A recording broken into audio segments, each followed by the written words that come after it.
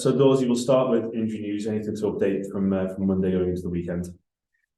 Not from Monday's game. I did mention in the post-match Monday about Chris Merry. Unfortunately, he's added to the injury list. He'll be out for the season.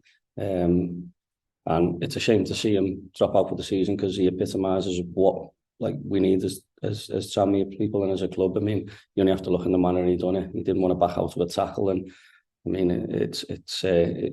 his mentality and his attitude and application every game's outstanding, and it's just unfortunate what's happened to him. But if we're going to have players who do that, we've got to unfortunately take the backlash if there will be injuries like that, and we feel for them. We're with him, and we're just got to make sure his rehab and recovery is great. Is Chris one of the 9 that you mentioned on Monday? Is he in addition to them? So that makes 10 now. So it's 10 out. I think I mentioned it in the post-match that we haven't gone on and on about it because it gives others opportunity. The likes of Sam Taylor's now in the squad on the bench, and he made his debut last Friday against Carlisle, which is great. Come through our college program, which is a great story for him. But like I say, we haven't gone on about it, but it is there. So that awareness needs to be there. So you have to take things into perspective at times. And for what has happened, I think the lads are being outstanding.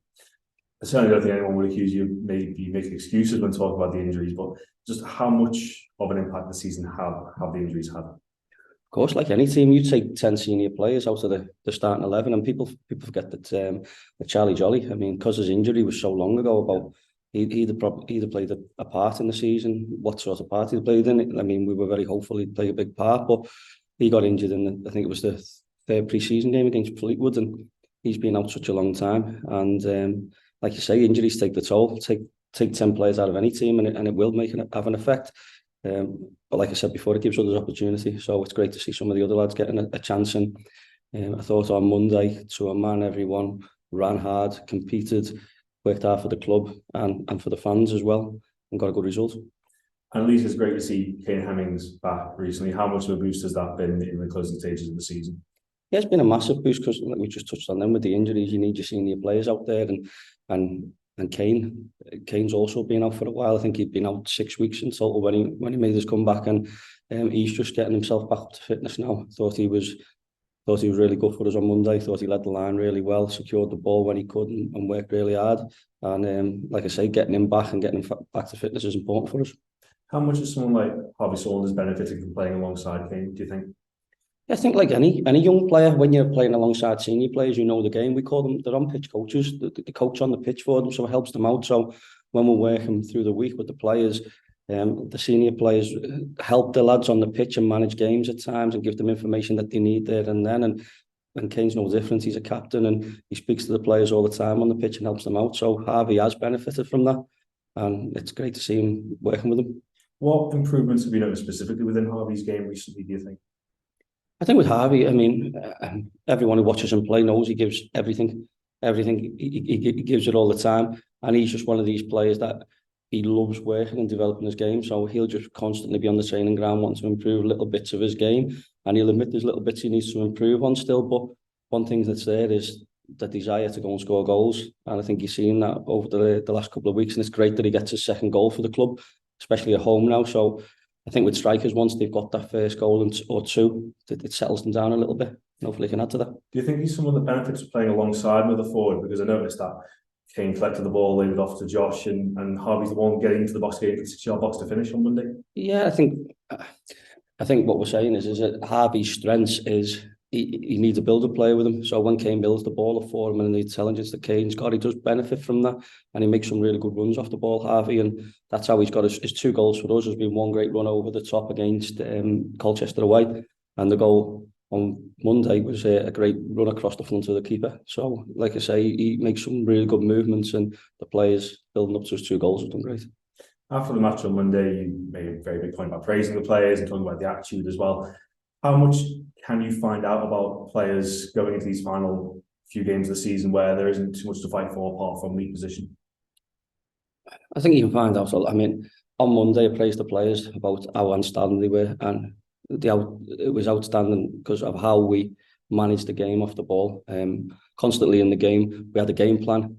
We wanted to get to their press, score goal. But once we won 1-0 up, we knew how to tactically look at it all the time. So we're constantly looking at the game, thinking, if while we're winning the game, do we need to change it to get to their control, or is their control not really hurting us? And we felt that in the game, 3 points was always important. We felt that we didn't need to change anything in the game, and we knew we'd get chances on the break, which we did, and could have added another. But I thought the mentality of the players and the tactical side out of possession was very good.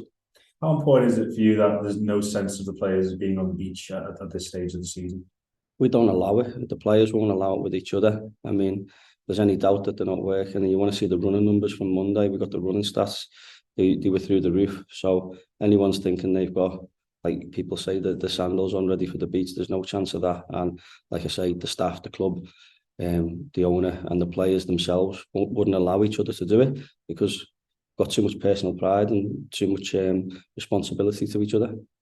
I was wondering as well, is there a temptation at all for perhaps maybe an experimental stage of the season with trying out new things? Maybe as you mentioned, young Josh Taylor, or sorry, young Sam Taylor as well, or because you're not aware of your position in terms of next season, are you a bit reluctant to experiment as such and just go with what you know for the rest of the season?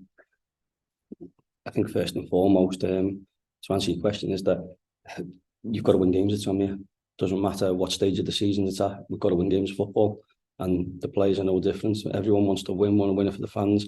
We're going to Crawley on Saturday, and we know that we will take a good following there, because we thought wherever we go, we'll go to the end of the earth, that Tranmere fans will take a good following, and we've got to make sure that we go and win the game for them, because however we play, and we have an ideal way of playing, like I said after the game, we want to dominate the ball, but ultimately we've got to win games of football. So when them fans on the train on the way home, or however they're getting back home, they want to be talking about getting 3 points and winning the game.